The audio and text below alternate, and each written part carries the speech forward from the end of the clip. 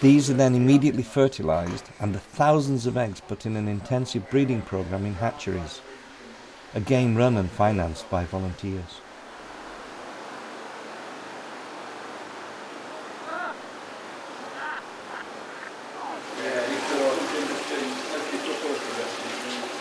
What I'm doing here is first of all trying to get an estimate of the size of the eggs, because they vary quite a lot.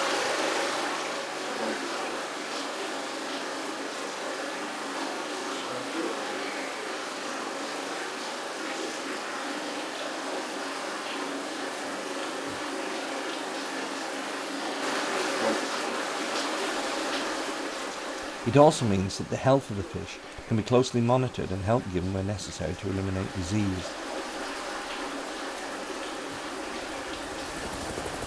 To the south-east of Hornby lies the sleepy village of Ray, on the banks of the River Hind Burn. At first sight, the village may seem to be a sleepy backwater that time has forgotten. That image is very misleading. The old pub, the New Inn, houses a secret. Inside, beneath its exposed wattle and daub wall, is a computer centre where villagers can learn how to use the latest technology. With its own website, it may be a place with a heritage, but Ray is also a progressive village with ambitious rural enterprises starting up.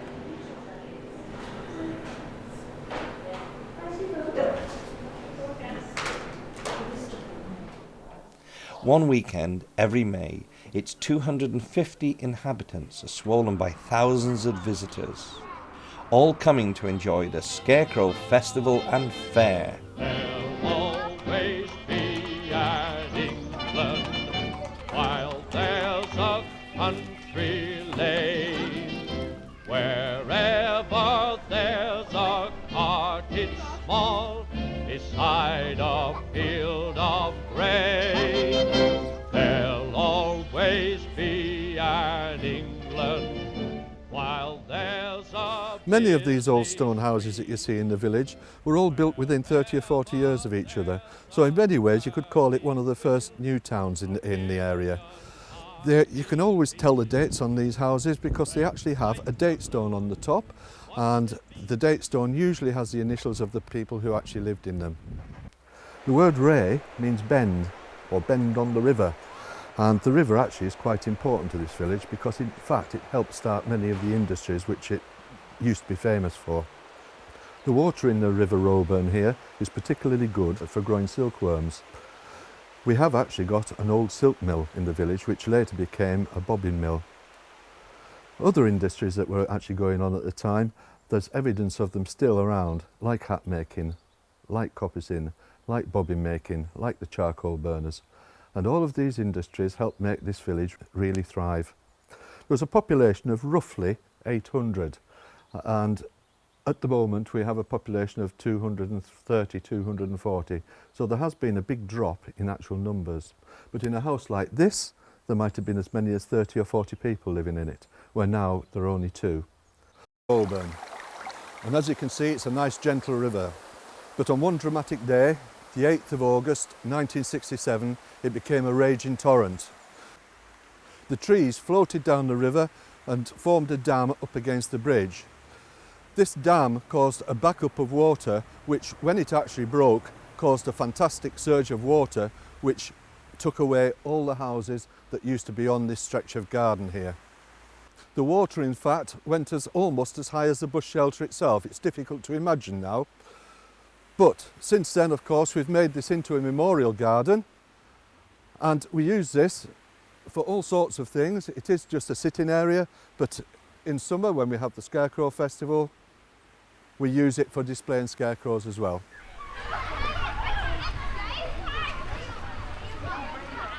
The Ray Fair started about 10 years ago. A gentleman called Dave Hartnett went on holiday to France, and he was driving through these lovely little villages and came across sort of this village, and he just didn't quite know what was going on, and he suddenly realised there was just scarecrows everywhere. So he decided he would bring that idea home to Ray to use it to promote our fair, which has been going on for years and years. I think it started about 10 years ago. None of us just can quite remember the actual scarecrow part, but the actual fair itself has been going for, I can't tell you how many years. It goes back probably about 50, 60 years at least. Actually, on the fair day, we're trying to keep it in a sort of a country feel to it, sort of very traditional. We have people doing wicker making, wood turning. We have quite funny little acts on the main arena, the duck herder. We have birds of prey. There's lots of things for the children to do. There's the fairground, the trampolines. It's all sorts of things really going on. Basically, the whole village just pulls together. There's a small little committee, which is an offshoot of the Institute Committee, who meets once a month to organise the fair. But really, the fair only happens because of the village pulling together and coming up with all their ideas and help. Who would have thought it? Ray, a once thriving small town that is now the centre of the scarecrow industry. The views from the hills above Ray are stunning. Ingleborough, with its flat top and used as a settlement over 2,000 years ago, to the small hamlet of Tatham with its ancient church. Across Hornby to the mighty peaks of the Lake District in the distance. To the west bank of the Lune Valley, gentle and rolling, leading us to our next village of peace and tranquility. Farleton is a place so easily missed as your journey to Lancaster or Kirkby Lonsdale. But just pause for a while, listen to the bird song and admire the 17th and 18th century homesteads.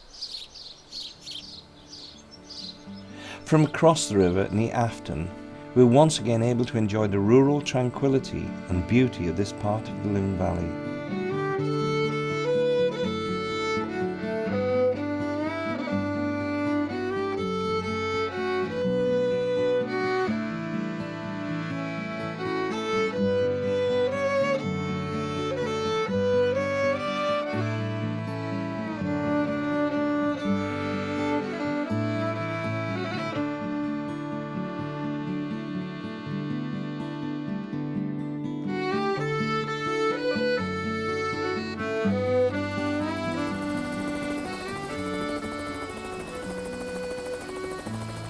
This section of the river is the most wooded part of Lune Valley, with its hanging woodlands of beech, oak and ash, and with its shingle banks is a perfect area for birdwatching.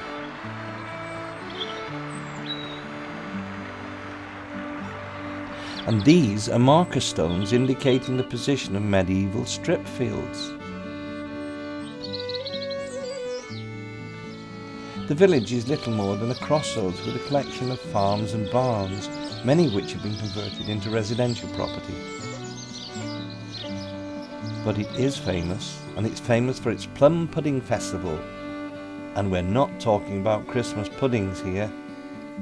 Started in 1871, the festival has been held every 21 years since then, and has grown steadily all that time. In 1971 they had a good festival in which the whole village took part and attracted crowds from all around the area.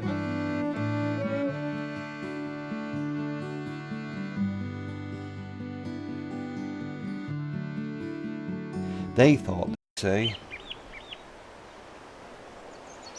From the village we can look across the river to the chimney of the Clafton Brickworks. High above is the quarry which houses the 200 million year old clay beds from which the bricks are made. The clay travels 1.5 miles down the wooded hillside on a continuous aerial ropeway system.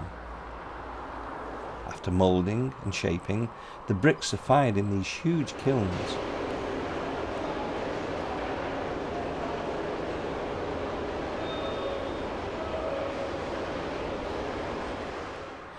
And finally emerge, fully wrapped, ready for dispatch.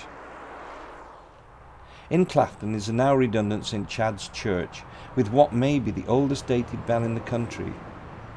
The small bell is dated 1296. Next to it is half a manor house. The other half, on the owner's whim, was dismantled in the 1930s and rebuilt higher up the hill. Just before Caton, the river has formed a huge loop, almost becoming an oxbow, And it's here that the pipeline carrying the water from Thirlmere in the Lake District to supply Manchester crosses the Lune. The enlarged villages of Caton and Brookhouse seem to be almost one, but the locals do not agree. Brookhouse to me is the prettier, with its ancient Black Bull Inn by the side of Bull Beck. In the wall by the stream is a plague stone. It used to be filled with vinegar, and the local tradespeople and farmers would put their money in it so that they wouldn't catch the plague. The village centre is still typical of medieval beginnings, with the pub providing sustenance after services in the nearby parish church of St. Paul. The original church is 12th century, but only the tower remains from that period. The original church was in such a bad state that it was demolished, and by 1865 it had been rebuilt and reconsecrated. The tower was built sturdy enough for defence against marauding Scotsmen, and it's in this base that we notice an intriguing find. A Norman doorway, but it's filled with medieval tombstones, some not too dissimilar to those we saw in Hornby Church. Clustered around the church are a collection of 17th century cottages, and nearby Old Hall Farm. Caton really developed as part of the Industrial Revolution, but there's always been a settlement here from the earliest of times. It was on the Roman route into Lancaster, as the find of a Roman milestone in Artelbeck confirms. In the shade of this old oak tree, the monks of Cockersands Abbey used to trade their surplus fish here in medieval times. Although the tree has now to be supported, it's still very much alive, and the original fish stones have survived. Although seeming placid, this is a powerful little stream, and it once provided motive power for several mill wheels and other industries in the 17th, 18th and 19th centuries.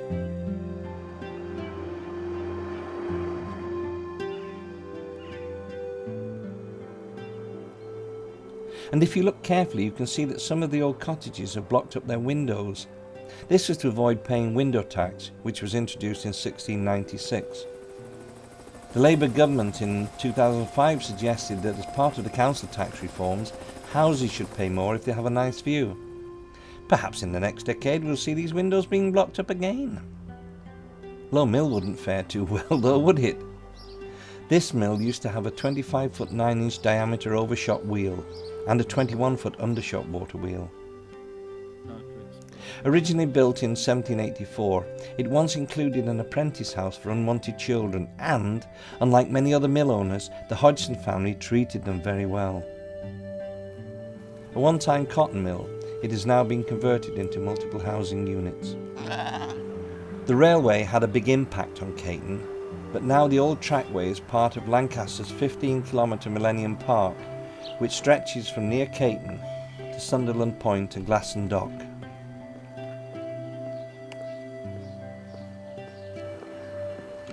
And the old goodshed is now the Roman Catholic Church.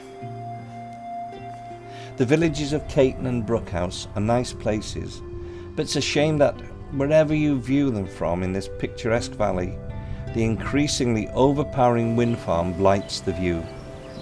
What makes you think that I'm not in favour of wind farms? Artelbeck, having done its duty, now tumbles into the Lune above the second picturesque Crooker Loom. Yet another magnificent loop of the river that can only be seen in its full glory from above.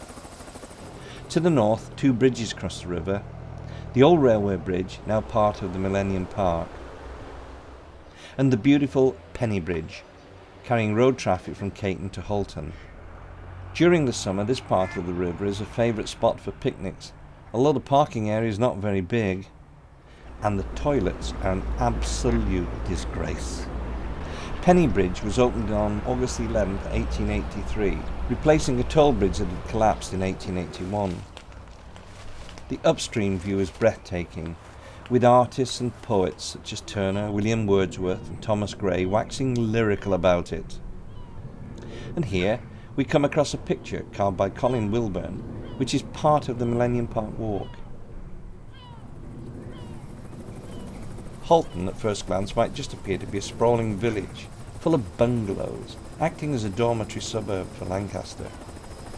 The river, with its weirs, seemingly there only to feed once thriving industrial estates. but that would be to do it an injustice. This is an ancient fiefdom whose history goes back to the Dark Ages. There was once a Motte and Bailey castle here, the lord of the manor being King Harold's brother, Earl Tosti. Strangely though, the church is not within the Bailey part, and it had seemed to indicate that it was in existence before the castle was built. As Tosti and Harold claimed to be descendants of the Norse king Sigurd, or Siegfried, that could well explain this unique Viking cross in the churchyard.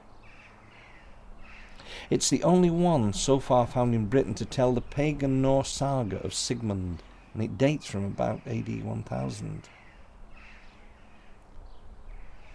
But within the church are remains of other crosses, some dating from Saxon times, and others are 200 years older. There's even a small fluted Roman votive altar. And the list of rectors can be traced back as far as 1190. In the porch are two 14th century tombstone fragments, one obviously that of a wool merchant. The church tower is Norman, although the Tudor-style porch with its half-timbered room could just well be a copy. That bit is in dispute. And behind the church is the Bradshaw family mausoleum that was built in about 1770.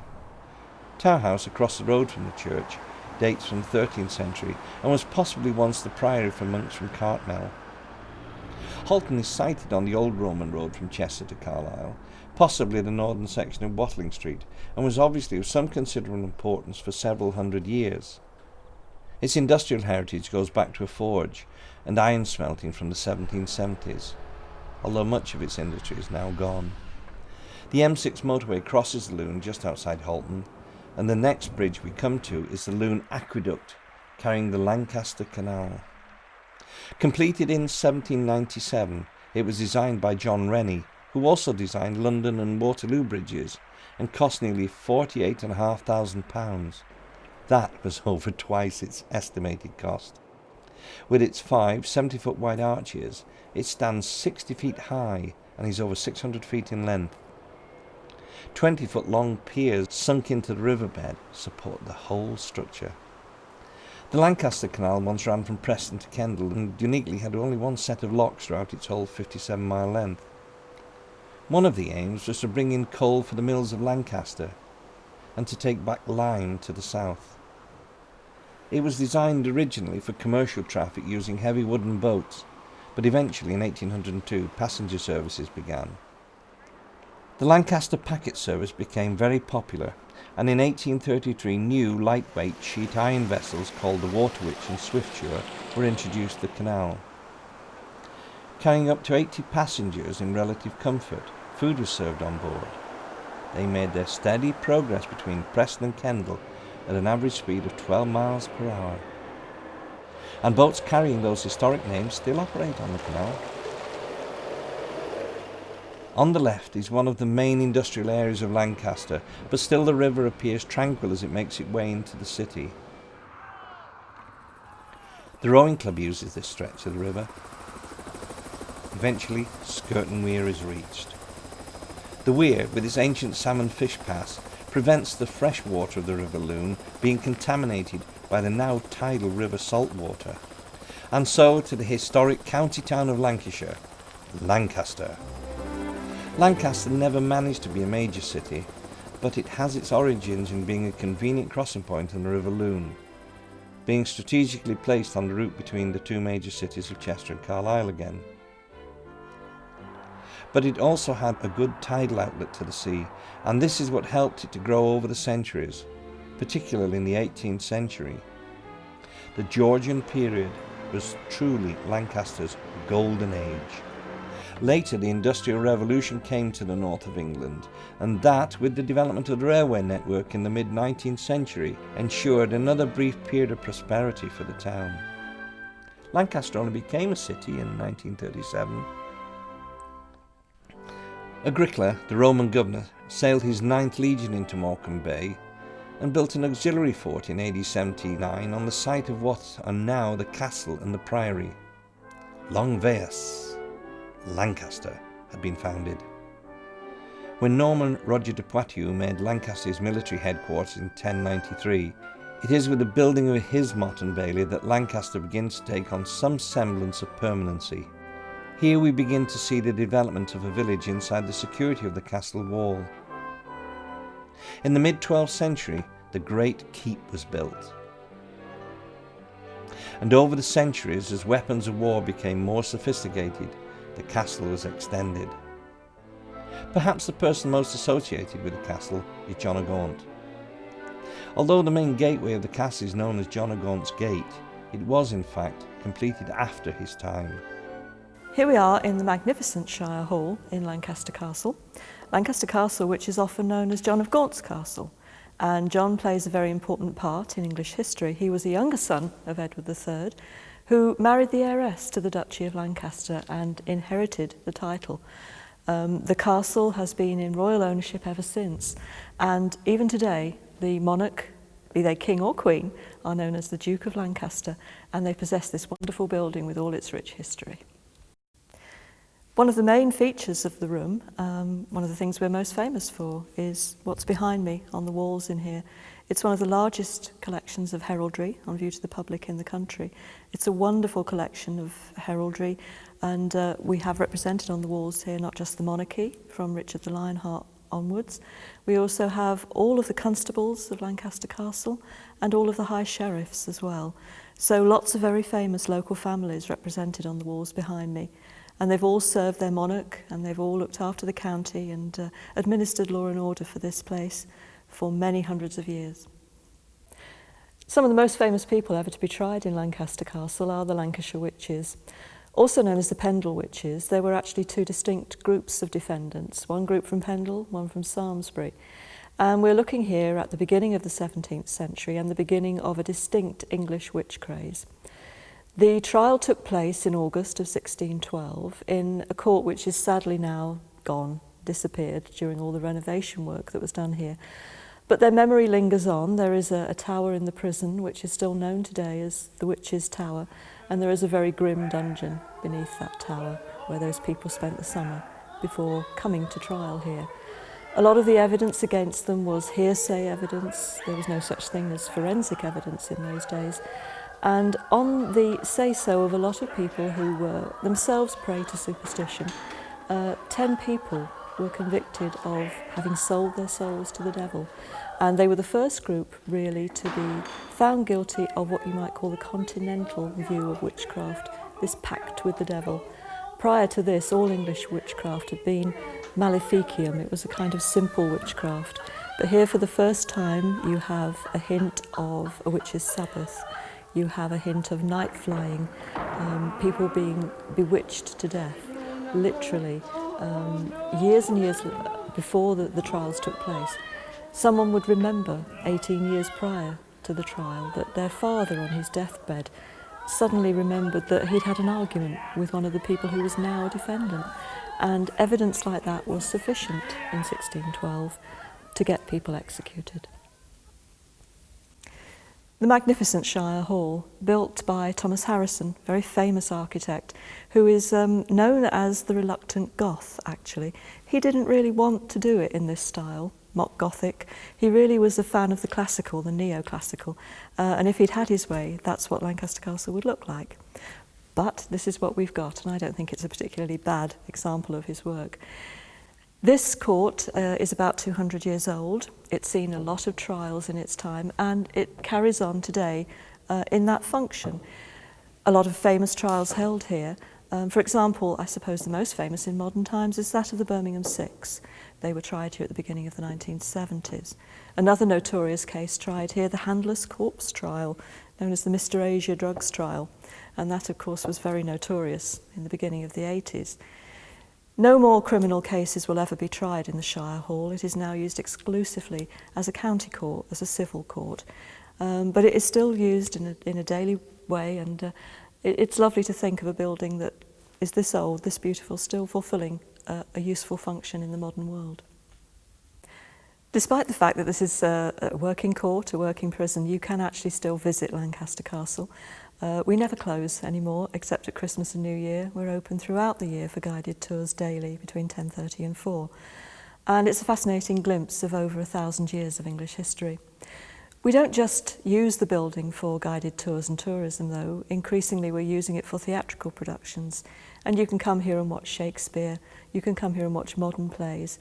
You can come here on Halloween and revel in all of the traditions of that very old, very English time of the year.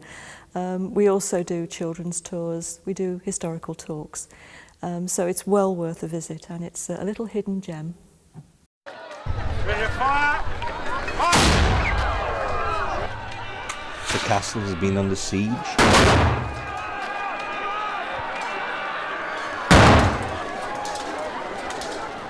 Threatened to be pulled down, altered and added to, and been at the centre of miscarriages of justice. It's become part of the prison system. But still, from wherever you view the city from, it stands proud on the skyline. A lasting image to those detractors of our justice system, and a continuing symbol of our loyalty to the monarchy and the British way of life. And standing grandly besides the castle is the historic priory. A church is believed to have been on this site for several hundred years, but the first hard evidence comes in the Charter of 1094 for the building of a Benedictine priory. Today's parish church is a result of over 900 years of devotion. This three-decker pulpit of 1619 reflects how the service revolved around the sermons at that time.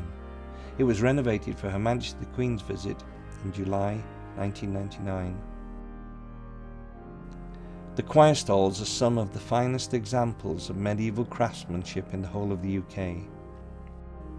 Dating from 1345, their perforated tracery was years ahead of its time. Many of the tip-up seating with their misericords were badly mutilated during the Reformation. Guy Barton designed the embroidery in 1960, and the organ dates back into the late 19th century. There are three magnificent Flemish chandeliers in the nave that date back to 1717. And St Mary's is also home to one of the finest collections of regimental colours in its chapel dedicated to the King's own Royal Lancaster Regiment. There is also a striking contemporary three-light stained glass window dedicated to the martyr, St Thomas of Canterbury. With its ancient font, St Mary's seems to be a parish church worthy enough to become a cathedral.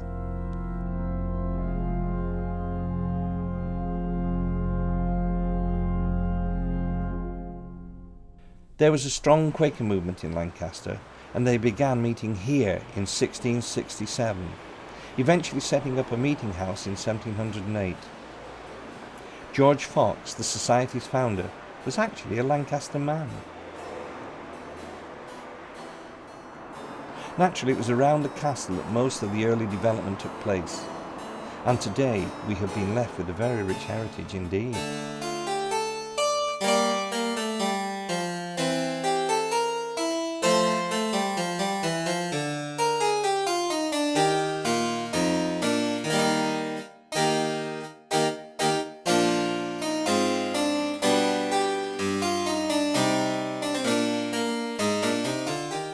The world-famous makers of fine furniture, the Gillow Company, had their office on Castle Hill until 1882.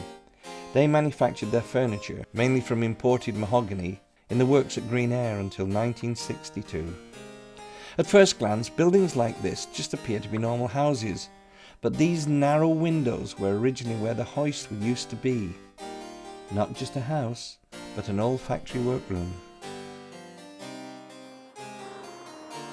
The Pendle witches were taken through Stonewell and up Moor Lane to the moors above Lancaster to be hanged. It is said that they stopped off here to drink their last hearty ale. How much truth? That I do not know. My John Smead map of Lancashire shows the town in about 1610. The castle, the priory and several streets that still exist today can clearly be seen. But look how far upstream the bridge is, nearly in the same position as that monstrous newly built Millennium Bridge. On Buck's engraving of the town in 1728, the bridge is still in the same position, and this meant that the sailing ships had to anchor in the river away from the town centre and offload their goods into small boats to the old quay. The castle and priory still dominated the town, and there were not many more houses than in Speed's time. However, all that was to change in the next few years. Suddenly the western ports of England had assumed a greater importance, as trade with Europe took second place to trade with the southern hemisphere, the colonies, and the West Indies. Because of this trade by local people such as the Quaker ironmonger William Stout, a period of relative prosperity with many new high-quality buildings and streets appearing had arrived. St George's Quay, with its new custom house and warehouses, started in 1750. Lancaster, with merchants like Dodge and Foster, became part of the triangular slave trade, which saw the exporting of finished and trade goods to Africa, the ships transporting slaves packed like sardines to the West Indies, and then returning to England carrying rum, tobacco, timber, sugar and spices. A new bridge replaced the one further upstream in 1783. Skirton Bridge, designed by Thomas Harrison, was one of the first flat-deck bridges to be built in Britain. It's particularly beautiful. It's got 5 semi-elliptical arches and adornments, and it was obviously built to last. I love this bridge. Lancaster's streets may not be paved with gold, but they are lined with the medieval and Georgian architectural heritage that I believe is second only to Bath. Each building has its own story to tell, be it an ancient glassworks, a dispensary for the poor, where the infamous Dr. Buck Ruxton cut up his wife and maid in 1935, or where the rich and famous live their excessive lives. Just look around you and you'll be well rewarded.